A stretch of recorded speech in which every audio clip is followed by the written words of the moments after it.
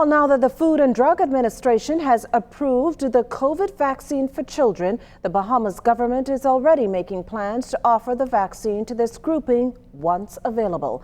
Carla Palmer has more on that push in this report.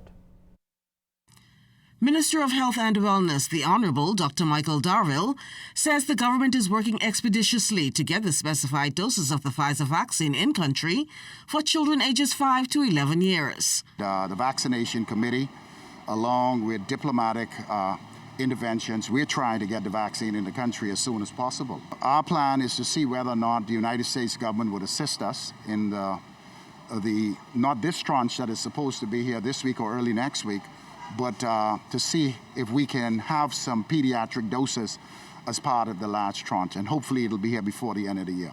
That negotiation is ongoing, and if we have to purchase some pediatric doses, the government is prepared to do it as well.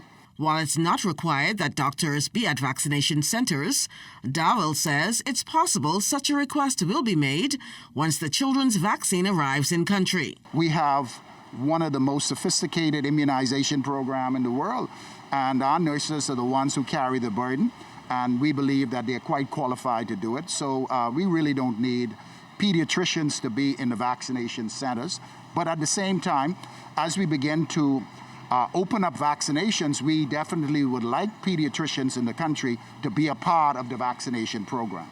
The minister also at the time addressed reports that contact tracers are leaving the system as a result of not being paid. Well, there is some truth. We have brought on some new contact tracers in the former administration, and we have supplementary budgetary allocations where we will deal with that issue. I've had the opportunity to speak with them and to let them know that the government is working to solve that problem. And they are not the only ones. We plan to bring on additional contact tracers, and so it's important for them to understand that we need to make sure that the budget is there to sort them out. And I appreciate their support, and they have been patient, and they deserve to be paid. And I will do everything in my power to make sure that that is done.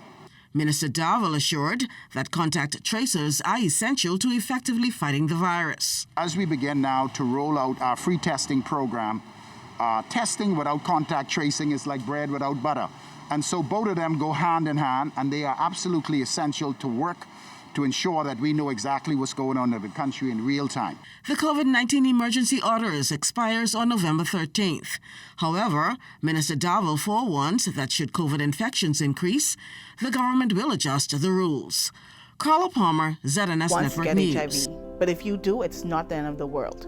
Being diagnosed early gives you a chance of living a long and healthy life. Testing is the only way to know for sure if you have HIV, and knowing your status means that you can protect yourself and your sexual partners. Getting an HIV test is quick, easy, free, and your results are 100% confidential. Get tested and know your status.